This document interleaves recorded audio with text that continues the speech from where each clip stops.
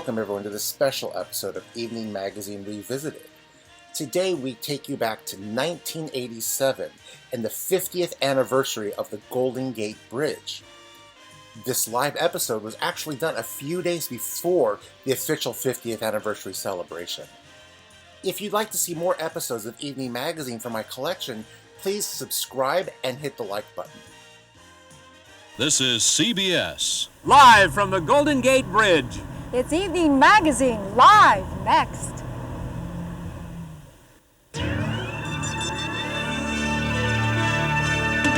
Evening Magazine.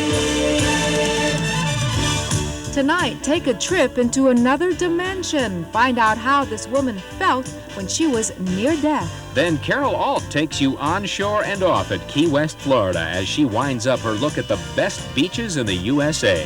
Then meet a couple whose romance was inspired by the Golden Gate Bridge. In fact, their love blossomed high atop the bridge where they worked together.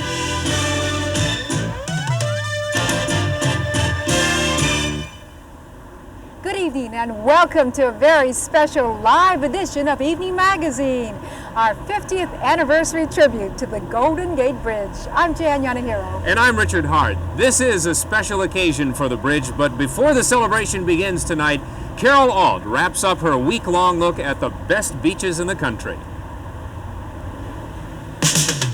200 years ago, the first castaways kissed the sun-drenched shores of Florida's southernmost resort, Key West. And ever since, the characters that have inhabited Key West say that each day is just another ho-hum day in paradise.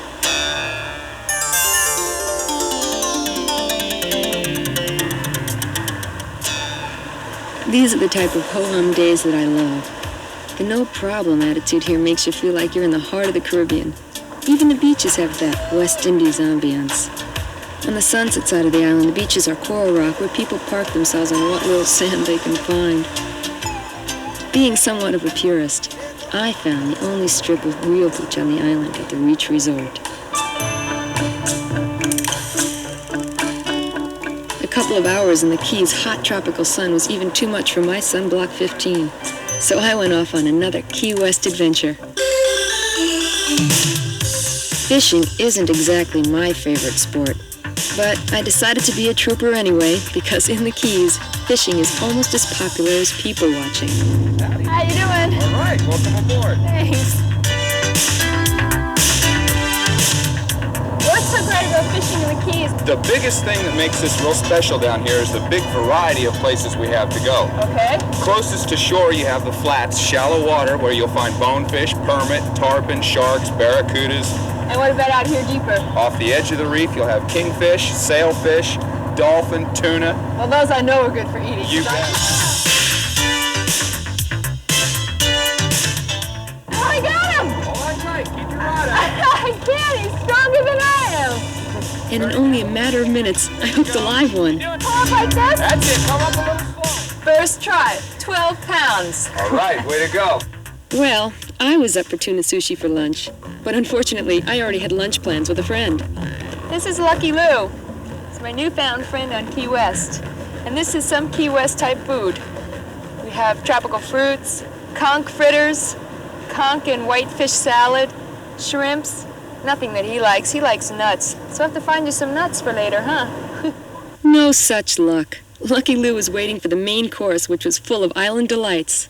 You're having the fresh grilled tuna with a pineapple and mango relish. The other lady is having spinach pasta with an avocado and coconut sauce, and it's topped with andouille sausage and grilled shrimp. And this is our fish cake sandwich that's made from fresh dolphin.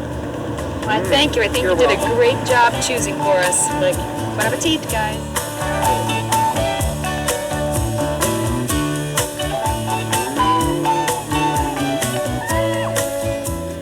After a meal like that, there's one sure way to burn off calories in Key West. Hit the streets for some shopping. This is Old Town in the heart of Key West. I've heard there's 3 ways to get around. Hoofing it, biking it, or trolleying it. I did a little of each and ran into some very interesting sights, shops, and characters. This is the Hemingway House. You know, I've heard that everything at the Hemingway House is so authentic that even the cats are the original ancestors of the Hemingway cats. If you don't get your fill of characters in Old Town, without a doubt you'll find your share down at Mallory Square, where the sunset becomes showtime.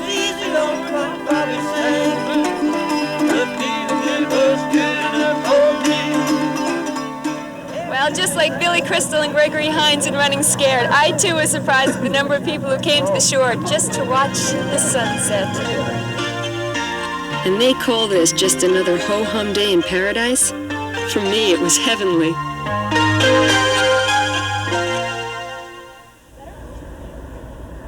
All right, we'll admit Florida does have warmer water temperatures than we have here, but come on, seriously, how could you want to live anywhere else in the world but here, in the shadow of the most photographed structure in the world, the most famous bridge of all?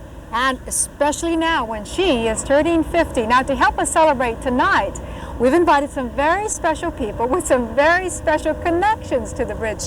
Children who have built or drawn their own tributes to the Golden Girl. We have lots of bridge workers here with us tonight for a very special occasion. We've invited hundreds, almost 1,000 people who've worked on the bridge through the years, helped build it, helped keep it up all these years, and they're here for a very special walk across the bridge. It's our KPIX Dusk Walk. Now, Dave and Wendy, Ann and Ross are all walking with the members of the bridge family, I guess you could say. Now, they started out on the Marin side, the north side, and they should join us here by the end of the program. And when they come, we're going to have such a celebration. We've got cake waiting for everybody. Coming up next on Evening Magazine, it's Romance on the Bridge. There's no higher love than this. Stay with us.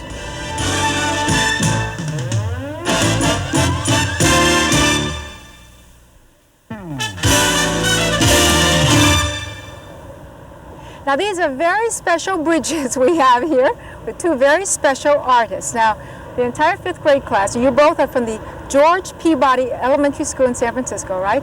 And we've got Carly Duncan right here and Adrian Weber. Now, tell me, you've built this bridge out of what, Adrian? Cardboard, and I used push pins. Also, we covered strings with paint and other things. That looks like quite a bridge. Okay, now, Carly, what is your bridge? From what angle did you draw your bridge? Well, I tried to draw it from my upper view, but I wanted to get a good picture of the bridge, so I drew the bridge from the side view and the land and the water from a sort of like a helicopter view. So you are looking at your bridge from the helicopter. That's quite a sight. Now, you both have walked on the bridge with your 5th grade class, right? Yes. And what do you remember best about walking across the bridge? We looked at all the cables, and we learned that there are elevators inside the towers, which the servicemen use when they're repairing the small elevators. I've been on there. Now, we all know that the Golden Gate Bridge is a great connector between Marin and San Francisco, but did you also know it's a great matchmaker? Tonight we'll meet a couple who met, fell in love, and got married on the Golden Gate Bridge.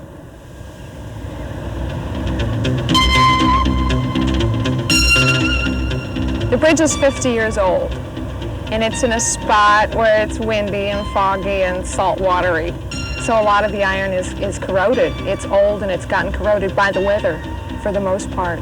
So we're going up in scaffolds or walking out there, or however we get out there to whatever spot we're going to, and look at it and see what needs to be repaired or what needs to be completely replaced or what needs work. And then we go ahead and do it. This is Woman's Work. 29-year-old Natalie Mazer is currently the only woman iron worker on the Golden Gate Bridge. Like one of the boys, her job each day takes her up hundreds of feet, climbing perilously narrow girders where one careless moment could buy you the farm. But amid the danger, she has found something else up there: love. Long ago, Natalie was an art teacher, but a trip through Africa made her seek another job, one paying better money with lots of time off so she could continue to travel. She tried ironworking, and she loved it. Sometimes it's scary, but it makes up for it because it's exciting. You know, it's a good time. It's a beautiful view, and I don't know. You feel real good up there. All right. Natalie and partner Jim Nagel have worked on the bridge for a couple of years now. As 2 of 23 ironworkers here, their ongoing job is renovation, replacing rusty rivets, beams, and other structures corroded by 50 years of harsh weather. Weather that complicates an already dangerous job. They're at it. The wind will come up and just start ripping, you know, pretty unexpectedly sometimes, and it gets real strong. There's a lot of stuff to hang on to on the bridge, though. It's like a giant jungle gym. So you can usually, you know, pull yourself around and get out of it. There's the fog, which makes it pretty wet sometimes. You know, the iron gets slippery. There's the height. There's the movement of the bridge. You know, you're working on stuff and it's shaking like this, you know, from just trucks going over and cars going over and all the rest of that sort of stuff. Thoughts are seldom far from safety up here. When making repairs, Natalie and Jim hook up to the girders with safety lines. But other times they must fearlessly climb freely, sometimes 250 feet above the water. In her career, Natalie has seen her share of accidents on other projects, and her best safety net is between her ears. I guess in some ways it's just when you're in a bad spot to try to be as clear-headed as you can and not be dreamy or thinking about something outside of the job or something like that. You just try your best to be right there, you know, and look around and be real alert rather than daydreaming or something. They can earn $35 grand a year up here, but bridge work has given Natalie more than just steady income. You see, while they were repairing rusty iron, she and Jim discovered they were falling in love. Well, we worked together about 6 months before we got married. No, before we started going out. Oh, yeah. And got to be friends during that time. And I was always attracted to Natalie right off. It was, and when she put that beam on her shoulder, it was all over. It's very common to care about your partner a lot, working in our trade, no matter who they are, you know?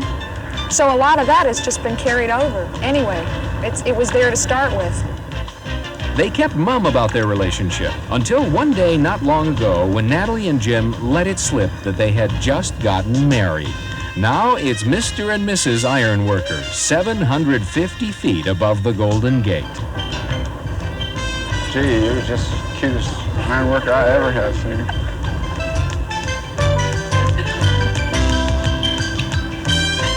The Golden Gate Bridge renovation will take years, plenty of steady work for Natalie and Jim. But they hope their love of travel may one day carry them off to work on lofty steel in faraway places. Still, when you spend your life scampering around iron high above the planet, life is anything but dull no matter where you do it. I never want a boring job in my whole life. Jim and Natalie are still in love, still working iron, and still remember the fantastic views of the Golden Gate Bridge. We have many other special guests with us tonight who are working or have worked on the bridge, and one of them here right now should be familiar. His face, at least, should be familiar to many of you who commute across the bridge every day. He's one of the people who takes your money, one of the toll takers, for 14 years, right? Peter Klein. I am your friendly toll taker. I've been here for 14 years, and I like it very much. It's in a beautiful, natural setting, and I enjoy working here. I understand, though, Peter, you sort of feel like you're the concierge for all of us. Sort of, well, the tourists, I'm sort of the concierge and maitre d', but for most of the people who travel here 14 miles, 14 years, I should say I'm sort of like family. You know, I should say also that he's learned something about every state in the Union, every country, and if tourists come through, he can spot them, and he says, like, for instance, I'm from Michigan. If I came through and said I'm visiting from Michigan, what would you say? Well, I would say that I love my Bo Schembechler, and Arizona State is so happy that you came down, and that I wanted them to come back to the Rose Bowl again. See, not just the bridge, but guys like this are the reason people love this place so much. Well, happy 50th to you, too. Thank you. Don't go away, because coming up next, we're going to go from the pearly gates from the Golden Gate to meet a woman who came as close to dying as you can come.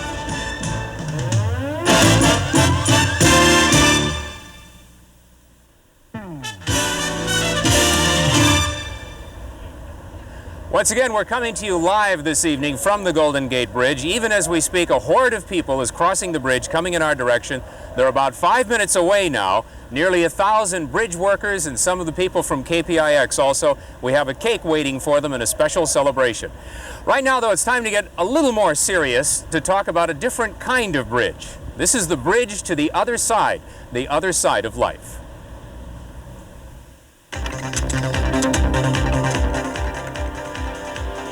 That I was dead. I was floating in the air above my body, watching the doctors work on me. I was going at least the speed of light, speeding through a tunnel, and at the end of it was a light so bright. I've never seen a light in it. I can't describe in human terms the feeling I had. It was all being, all beauty, all meaning. When people come very close to death, they sometimes report a remarkable experience that occurred during their unconsciousness. Called a near-death experience, the event profoundly and permanently alters a person's perceptions of reality. Love, beauty, energy. It was as though human life was unimportant compared to this. I think the more you look into this area, the harder. I'm a serious do-it-yourselfer, and with their amazing selection and lowest prices guaranteed, Grossman's is my all about. Dr. Bruce Grayson is Director of Research for Near-Death Studies at the University of Connecticut Health Center. His knowledge of the subject comes from hundreds of interviews with people who have been close to death. People like Barbara Harris. There are no words in the English language to describe. If you could put it into words, then you could grasp it intellectually and share it with other people. 12 years ago, Barbara walked into the hospital for major back surgery. Within 2 days, an already serious situation turned into a complicated and critical one. Barbara began to die.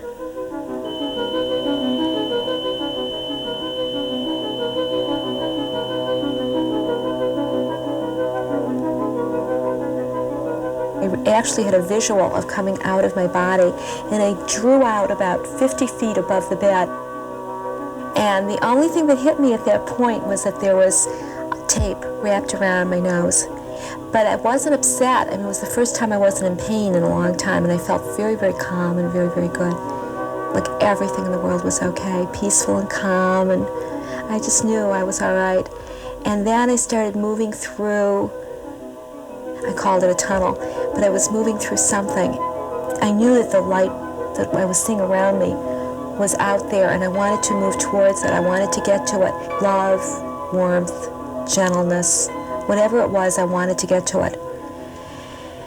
And the next thing I knew, it was morning, and I was back in my body, in pain and bad. Barbara's near-death experience drastically altered her life. I came back with a sense of mission, and I didn't know what that meant. I came back compelled to search for something. That search led Barbara to leave her upper-middle-class lifestyle and devote herself to understanding her experience. After a series of meetings and interviews, she moved to Connecticut and accepted a position as research assistant to Dr. Grayson. There are plenty of people who are skeptical of experiences such as Barbara's, but on the other hand, many people have all described the same kind of experience. And the one common thing they all have is that they all say it's changed their lives forever. I'm not exaggerating when I say that this bridge has also changed many people's lives. And standing right here next to us is a man who helped build the Golden Gate, Ed Ashoff, and he's worked 35 years with the Grand Lady. What do you like best of the Golden Gate? What I like best about this bridge is the surrounding area here. It's just beautiful.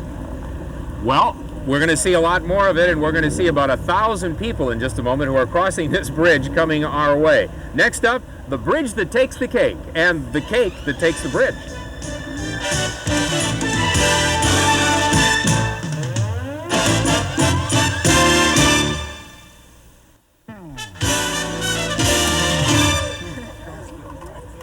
You're watching Dusk Walk on Evening Magazine, a special event from KPIX here honoring the bridge workers who for so many years have made this such an enjoyable bridge for us. But also we have not only the workers, we have some of our own KPIX family. I think you can recognize some of them behind us. Everybody made it across. How about a hand for them? We got Dave and Wendy and Fraser McGowan, the big boss of the birthday bash. You know, I think they ran the last 150 yards. And they all came just in time to cut this cake. cake made by the California Culinary Academy. All right, the ceremony. Are we ready? Yes. Ta-da, Charlotte. Let's all put our hands together. 1, 2, 3, here we go. All right. Thanks to all the workers on the bridge, and also this is a great chance for us to tell you that everyone, just about everyone from KPIX you see here this Sunday is going to be providing some very special coverage of the 50th anniversary celebration for you. Everybody is going to be doing something. Jan's going to be in the sliced blimp for 8 or 10 hours that day, right? Dave and Wendy are going to be at the Sherman House, right? And in the evening, right? But in the morning, Ann and Ross are going to be broadcasting from the Sherman House. Throughout the day, just about every half hour, we'll have some live cut-ins of all sorts of celebrations on the water, in the air, what Jan says, land, sea, and air, right? Land, sea, and air coverage from 6 o'clock in the morning. Did we leave anybody out? David Jackson in the North Tower, the Jacqueline with Michael Hegedus out on the water, right? Jim Bunn. Jim Bunn, don't forget. In the helicopter, right? Okay. Kate All right. Kelly and Doug Murphy. All over the Right. bridge. All beginning at 5:55. And then join us tomorrow for a special show, too. Ask Dave why he's perspiring. Why is he perspiring? Learn everything you ever wanted to know about our landmark. We'll hear from a member of the Halfway to Hell Club, those men who fell and lived to tell, and meet some musicians who turned the cables of the bridge into a huge instrument by playing it like a giant harp. Conga line. All right, thanks for joining us on this special edition of Evening Magazine, and we'll be all seeing you on Sunday for the special celebration here, right? And we want Ann to lead us off, and happy birthday! Happy birthday. Happy birthday to you. Come on, everybody. Happy birthday to you. Happy birthday, dear Bridge. Happy birthday to you.